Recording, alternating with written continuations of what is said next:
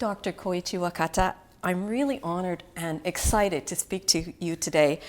So many people have asked me to ask you their questions, so let's get started. Wow, Sachiko-san, it's my pleasure to be here. Thank you very much.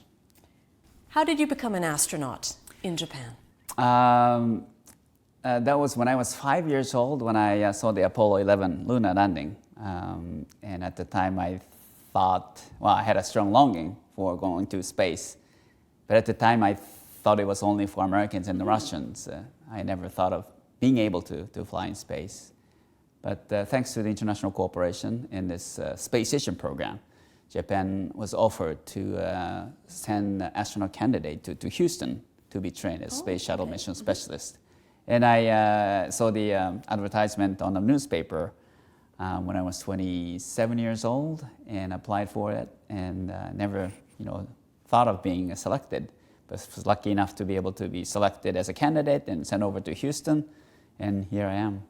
Wow, what were you studying? What were you doing at the age of 27? I studied aeronautical engineering at undergraduate school and graduate school. And I was working as a structural engineer for Japan Airlines. So when I saw the advertisement of the Japanese Space Agency for selection of the astronauts, and then I applied and I was selected.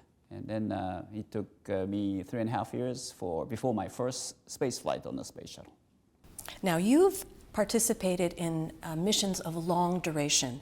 For example, between 2013 and 2014, when you were at the International Space Station for about 6 months. Yes.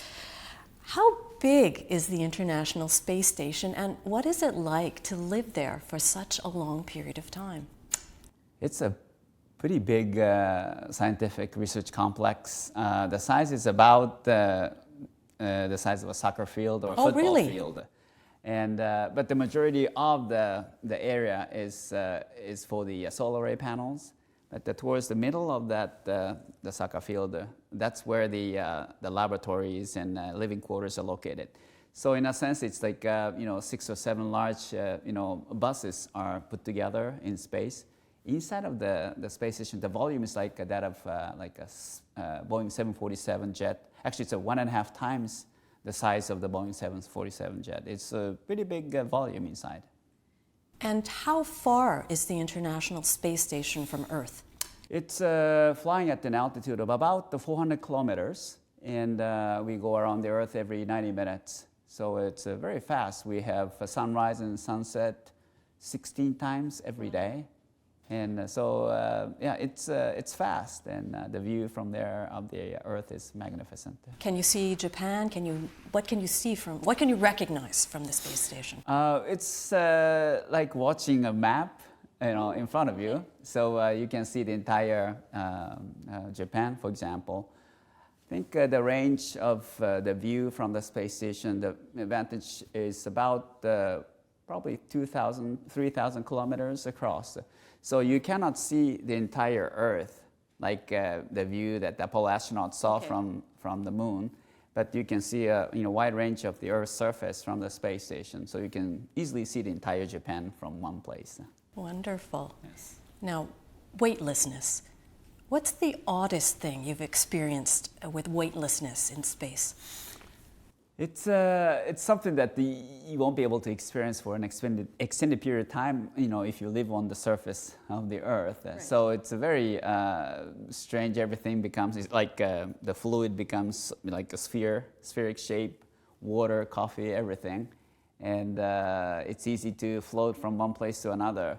No matter how heavy a thing is, it's easy to push it if you do it slowly. So, but at the same time, if you lose a pencil, for example, on the Earth, you can just watch here and then maybe it's still there. But in space, if you lose something, you don't know where it's going because it's weightlessness. It flies, away really quickly with the airflow. So there are certain things that is inconvenient living in zero gravity. But I really enjoyed it. It's like, flying through your rooms or offices very easily. My co-host commented that you must have powers like a yogi, yogic-like powers to be able to focus and concentrate and stay healthy and well when you're in space. How do you stay healthy and well in such a remote and potentially high risk environment? Yeah, you're right. Outside of the space station, it's almost vacuum, and temperature difference between the daytime and the nighttime is more than 200 degrees Celsius. So it's a very harsh environment, and if a space debris hits the space station, if it makes a huge hole, that means a decompression. Pressure Does it may happen? not be maintained. Actually, it has happened, not because of the space debris. We have seen so many space debris hitting on the surface of the space station, but we have bumpers, like automobile bumpers. So if the debris is small enough, it doesn't pierce through the structure. So we were able to be protected. But we are prepared for that in case of that kind of emergency. We have to find where the leak is, and sometimes we have to go into the lifeboat, which is a Soyuz spacecraft. So we are trained to cope with that kind of emergency situation, fire or decompression, for example. So we are ready for that. And 6 months staying in there for such a long time could be tough physiologically and psychologically. As far as your physiological health, we are scheduled to do exercise about 2 hours every day, including changing your clothes, and after exercise, of course, you have to clean up. So it's about 2 hours. So every day I did resistive exercise, like a squat type and deadlift type exercise for about an hour. And then 30-40 minutes I did the bike riding or jogging, for example. So we were able to maintain our physical fitness doing exercise. And also psychologically, it's very important to be able to be connected with your family and friends. And we have video conference with the family members, usually on a weekend, once a week usually. And then, of course, we can talk to our family members and friends using IP phone calls. We can call from the space station to the ground, but the family cannot call from the ground. So it's only one way calling, but it's pretty handy, and it's very important to be able to be connected with the family members. Okay, now in terms of emergencies, very recently, Soyuz rocket fell back to Earth shortly after its launch. Right. The astronauts were okay, but what does it mean for them, and what does it mean for the astronauts in the International Space Station who are waiting for them to come? Well, yes. For those people on board the space station who are waiting for the 2 more crew members coming up, I think they have to wait a little longer, so they may have been disappointed. I'm sure it would have been the case if it was me. But it showed how reliable that Soyuz system is. Of course, rocket failure occurred many times in the past in a different kind of rockets. But even if a failure occurs in the launching vehicle, the capsule, the human capsule, was protected thanks to the abort system or the escape system. So once again, the Russian Soyuz system showed the reliability of the system as a whole to be able to protect the human life, because that's the most important thing. So we need to wait, for the investigation results and countermeasures that they will decide based on the findings of the investigation. But I am sure we will be able to go back as soon as possible to be able to continue this wonderful cooperative effort on the space station. And not only the human capsules, but logistics vehicles had issues in the past.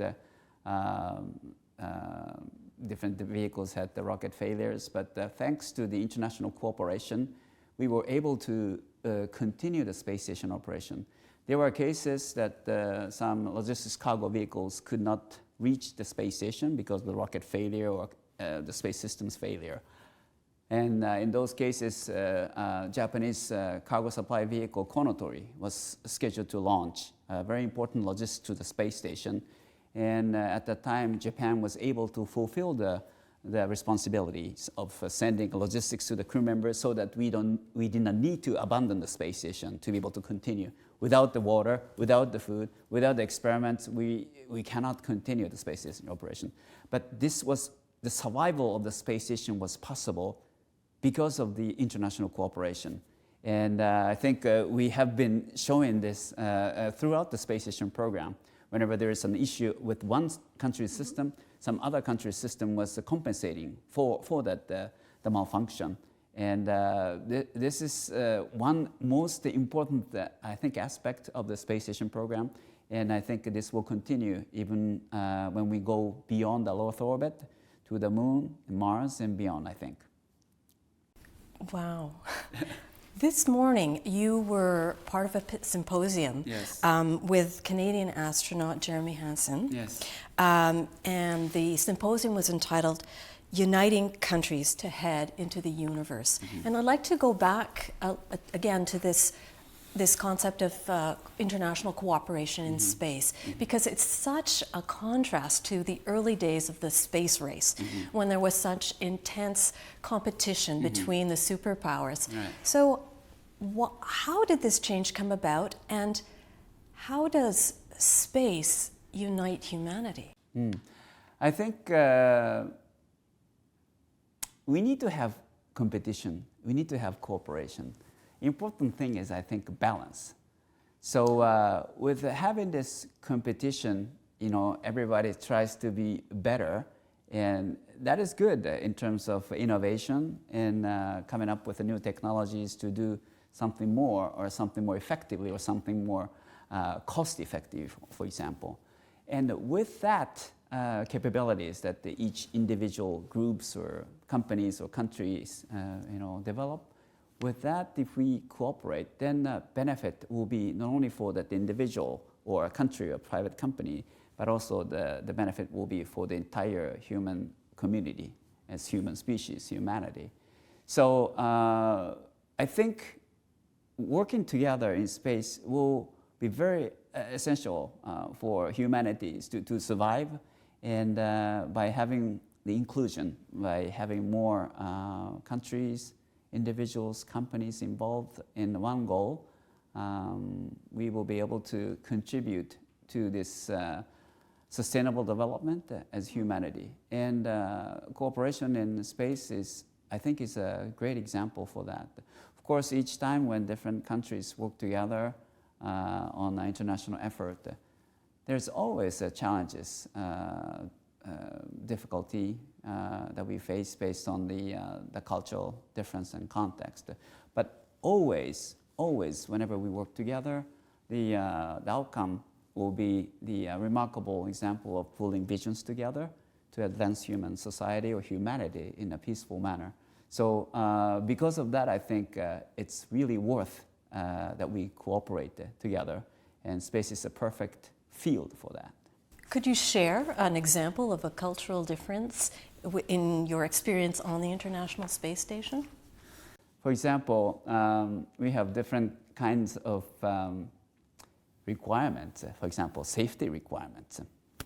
And some countries, of course, the former Soviet Union, Russians, and Americans have long history of developing spacecraft, especially for the humans.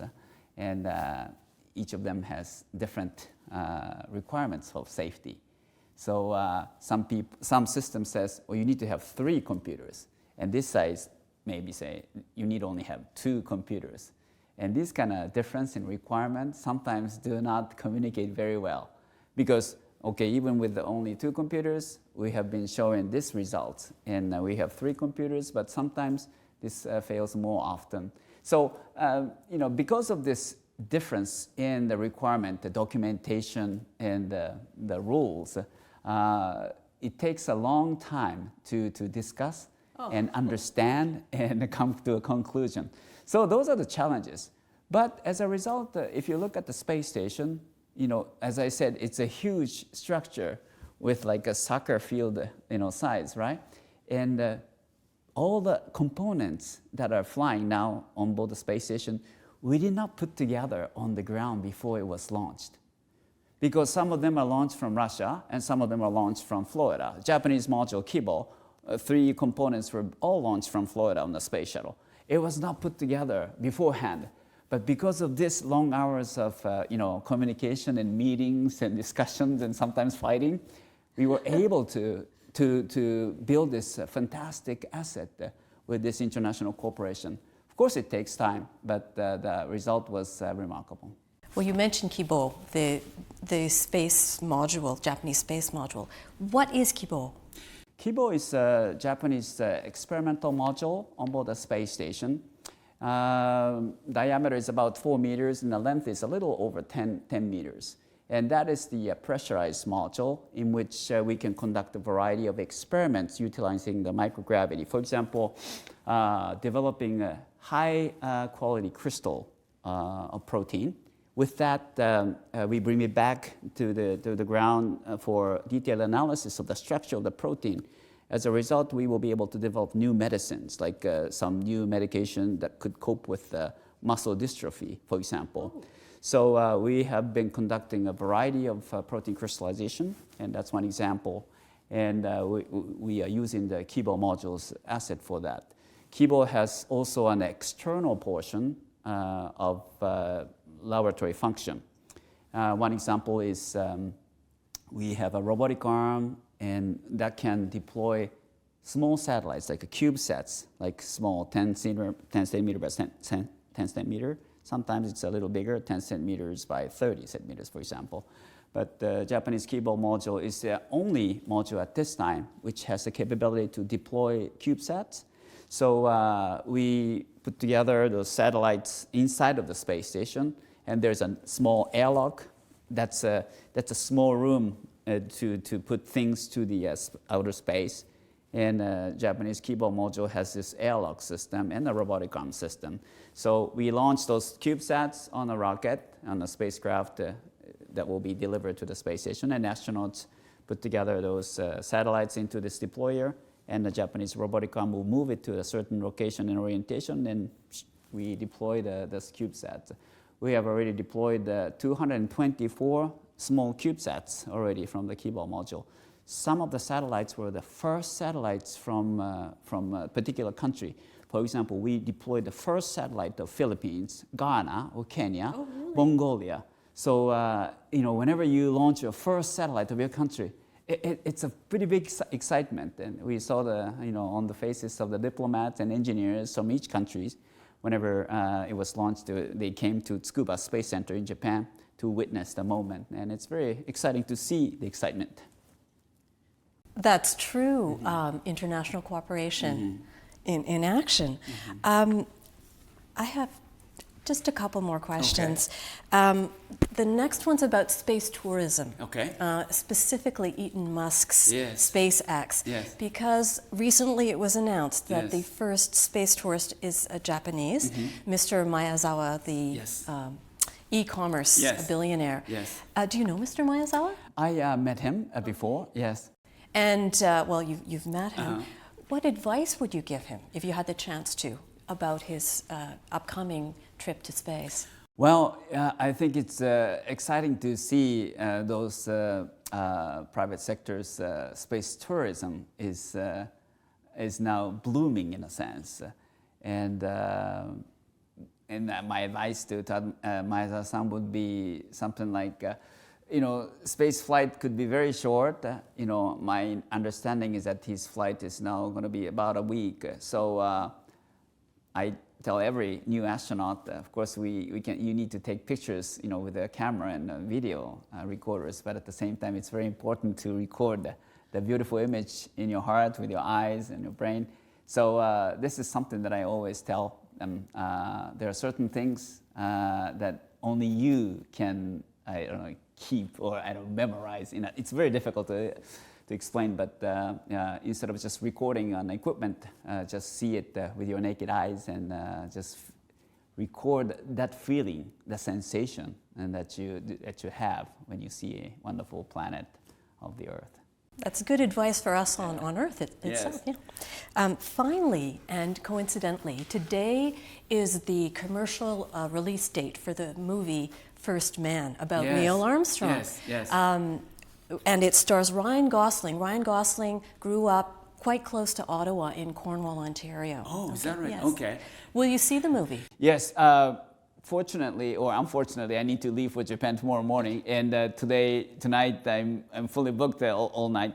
So I need to wait for a few days before I see it. But Armstrong landing on the moon was the trigger of my desire to fly in space.